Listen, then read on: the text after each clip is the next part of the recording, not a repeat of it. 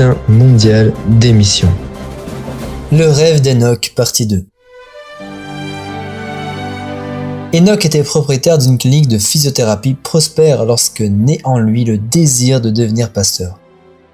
Ne sachant pas s'il agissait d'un appel de Dieu ou non, il a demandé un signe divin pour savoir s'il devait aller étudier la théologie.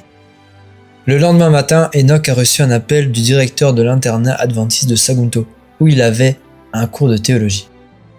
Le directeur a expliqué que Dieu l'avait impressionné à faire une proposition de travail à Enoch et à sa femme Ingrid.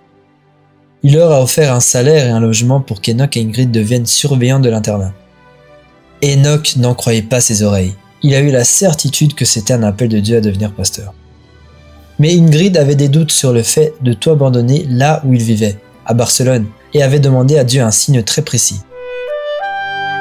Ingrid a prié en disant que, si c'était la volonté de Dieu, le responsable du ministère de la jeunesse de l'église en Espagne enverrait un message au sujet d'un projet qu'elle avait proposé. 30 minutes plus tard, le responsable de jeunes a envoyé un message au sujet du projet pour lequel Ingrid avait prié. Aujourd'hui, Enoch et Ingrid vivent et travaillent au collège adventiste de Sagunto. Enoch a vendu sa part de la clinique de physiothérapie, il étudie la théologie et témoigne de son appel. Les années précédentes, nos offrandes missionnaires de l'école du sabbat ont aidé à agrandir l'internat adventiste de Sagunto en Espagne.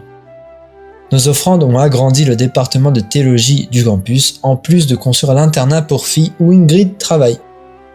Et ce trimestre, nous aiderons une fois de plus des projets missionnaires de la division intereuropéenne. Soyons généreux.